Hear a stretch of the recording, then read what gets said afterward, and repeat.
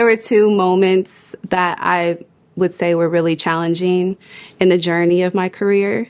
I've been able to be a part of these amazing companies and work with these huge artists and young artists that are just starting out. And it seems so glamorous, right? We see the glamour aspect of the success, especially with social media, and you end up posting the great moments. But there's also those challenging moments that people don't get to see, or how you got to where you're at, right?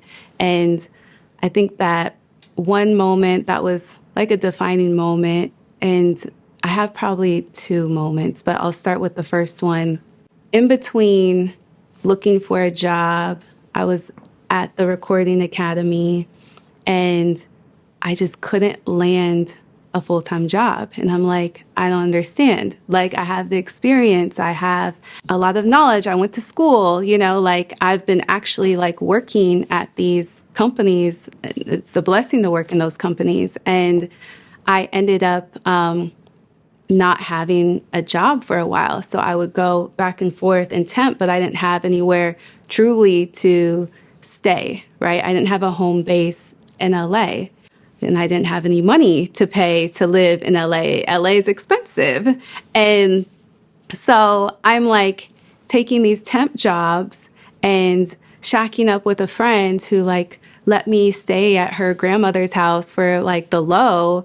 I'm doing that for like, okay, my temp job is for, 4 weeks. Okay, now I don't have a job anymore. So I'm going to go ahead and drive back to Phoenix because that's where my dad lives. So in between time, I would go ahead and drive back to Phoenix, and then I would come back to LA and do it all over again for 2 weeks for a temp job, right? Or in between, say there's a short period, I'm going to casting calls and, taking my $50 a day to sit in the audience casting, and I have $50 for food that day. And it allows me to stay in LA because now I can eat off of that $50. I got to go back tomorrow and see where the call time, where the call is, and I'll show up. But that was like, at one point I realized, I really wanted to do this because I was traveling back and forth for months. And, at some point I started to think, oh, is this for me? Should I stay in Arizona? Should I just get, a different type of job and a regular job? But I said, you know what, I'm just going to keep holding tight to what I see for myself, which is to live in LA and to work in music and to do the things I want to do. But that's where that networking also remained. So I'm like, I don't have a job, but I'm still outside,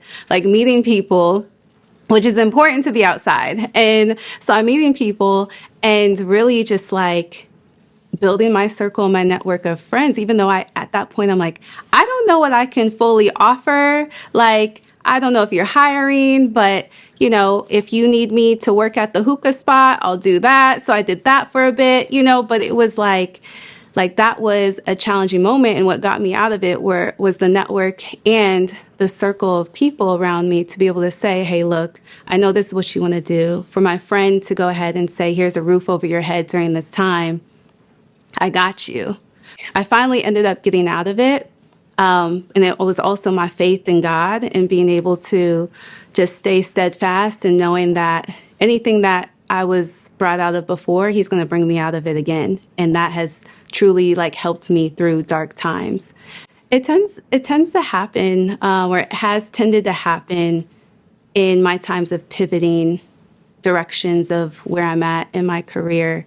Sometimes we get derailed by the things that are happening around us if we're working at a company or we're part of a team and things aren't going the way that you would like it to go, or it's just not the right environment, right?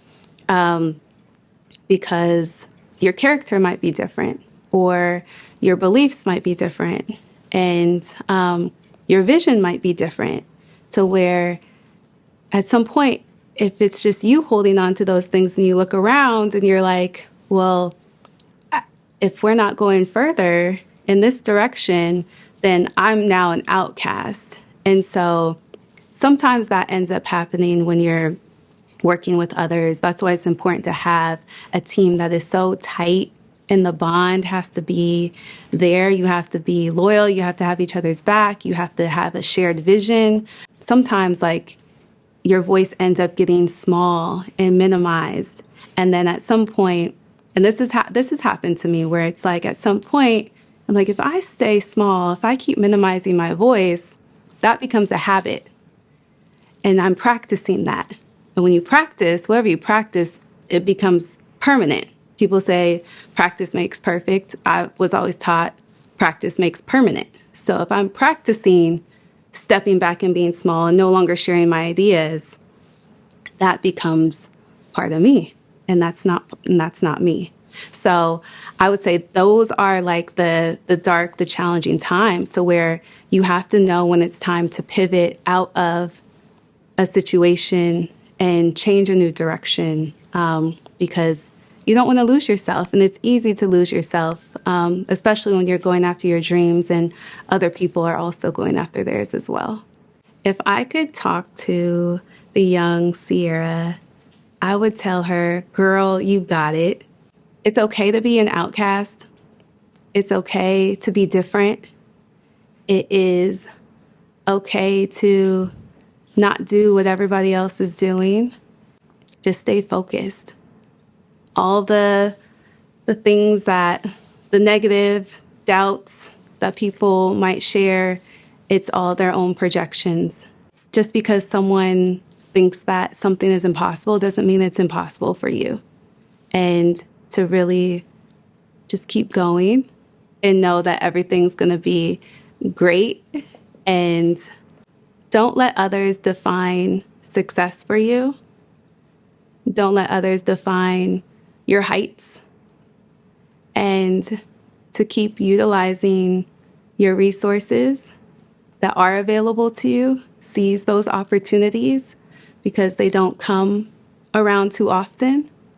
And make sure that you continue to give back to your community. I'm Sierra Lever, and I am a culture builder.